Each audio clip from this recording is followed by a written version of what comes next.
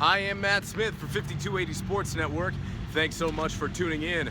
Well, Colorado knocks off the UCLA Bruins in a sloppy, ugly ball game. For the second week in a row, the Buffaloes come out victorious. Now a 3-game winning streak for Colorado as they defeat UCLA for the first time since joining the Pac-12. The Buffaloes entered the year 0-18 in Pac-12 play against Stanford, Oregon, Arizona State, and UCLA. Against those 4 schools this season, Colorado is now 4-0. They lead the Pac-12 South.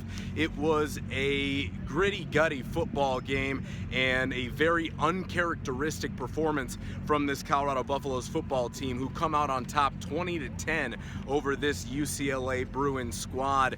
The Buffs overcame 4 first-half turnovers to beat the Bruins, yet only went into halftime down by 3 points. There are a lot of signs that this Buffs team is making the turn and really is for real. And another one once again tonight, that when your offense is not clicking, this is the second week in a row, however, that your defense can step in. The #1 defense in the Pac-12 proved it again tonight. They extended their nation's longest streak of forcing a takeaway to 22 games tonight with a 51-yard interception by Kenneth Olabode. This is not a game that Colorado should be very happy with, even though they haven't beaten UCLA since joining the Pac-12. The Buffs had 12 penalties for 128 yards, 4 personal foul penalties, dead ball, just dumb decisions, to be quite honest. There were a lot of things that were not characteristic of this football team and what they've accomplished this season. The fewest penalties a game in the Pac-12 entering this contest, and Colorado, I think they let UCLA get under their skin a little bit. I also think that the calls weren't going the Buffs' way, and that's something that Colorado really hasn't dealt with this season. Against USC in that game in Los Angeles, the Buffs dealt with a little bit of adversity there in the first half with some penalties that really hurt them, some bad self-inflicting mistakes. And tonight, once again, there were some really brutal decisions, especially on the defensive end, but this defense was what kept the Buffs in the game again, and they prove it week after week. Although they lost Jimmy Gilbert to a targeting ejection, I believe the second play of the game, defensively, that was a huge blow for this Colorado defense, and Jimmy had really been the Buffs' lone pass rushing threat this season. Gilbert led the entire country in forced fumbles coming into this game, top 10 in sacks in the Pac-12.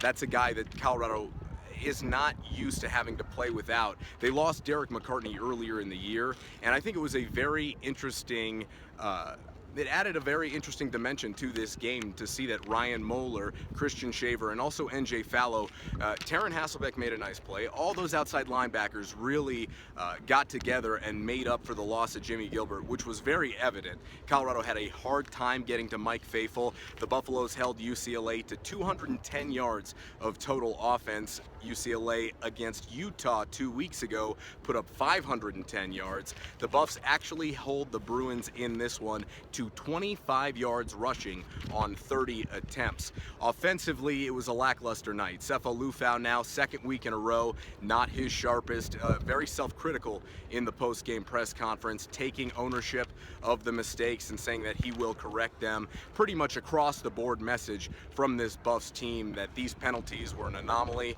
and that they will get this corrected and it will not happen again. Of course, the loudest proponent of that argument was head coach Mike McIntyre, who noted several times that that will not happen again, and I believe him in that regard. That was very strange and a chippy game. This UCLA series has been really tough ever since Colorado joined the Pac-12. The last 2 games against the Bruins, a double overtime loss, 40-37, then losing last year 35-31.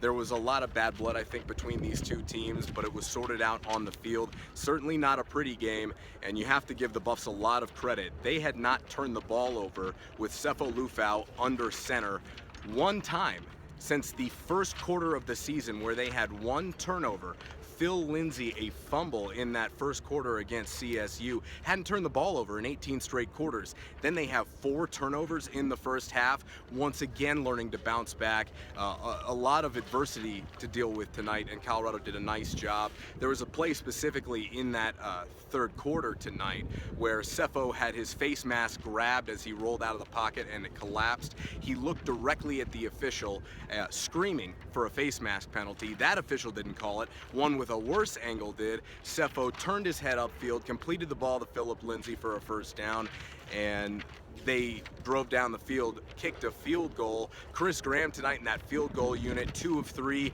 a low kick on that first made field goal. Davis Price should be back next week, which is big news for the Buffaloes. Sitting at 7-2, they need to get things right here, heading to play their final regular season game on the road at Arizona, and they are going to need this offense to continue to get back to what it was at the beginning of the season. All of a sudden, Phil Lindsay has become the main offensive weapon for Colorado and pretty much their only offense. Phil Lindsay had 35 touches tonight.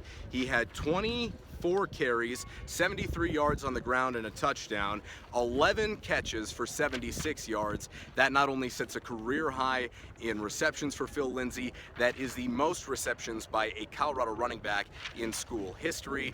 Phil tonight with a lot of plays out of the flat, gaining good chunks of yardage. The Buffs did a good job getting these safeties and these linebackers of this UCLA defense in one-on-one situations outside.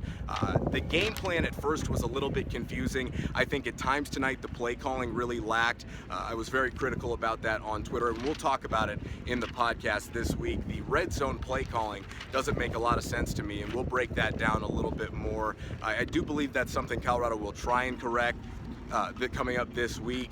Offensive line didn't have as good of a game as they have the last several weeks. Aaron Hagler, the redshirt freshman at right tackle, returned. Sam Crossage, who has been dealing with an injury for the better part of the year, didn't play a ton tonight. They rotated for a little while, and then Crossage ended up staying sidelined for a little bit longer than expected. Hagler gave up a couple of big sacks to this UCLA team. Sefo got crushed, blindsided in this game after Hagler got beat off the right side.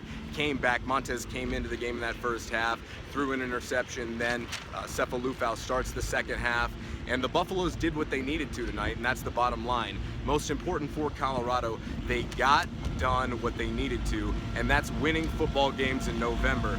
These are the football games that people remember for a reason. These are the gold games, as Coach Mike McIntyre said after the game.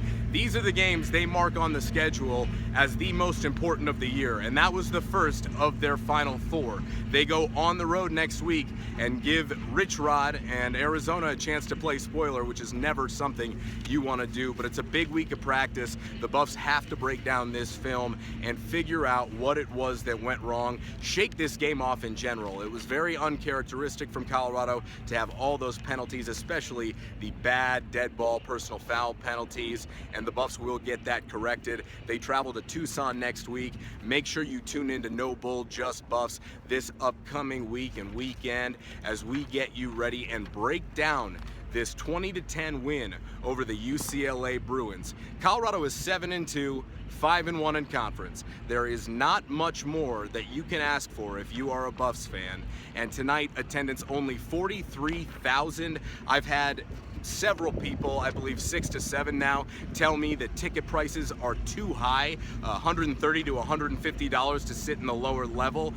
The Buffs return home to play the Washington State Cougars after going on the road next weekend to Arizona. So I'll be very interested to see if they can get above 43,000. If they're sitting at 8-2 by the time they return back to this field right here, there should be a lot more people in this stadium. For 5280 Sports Network, we really appreciate you tuning in. Another big win for the Buffs. I am Matt Smith. Thank you as always for your time.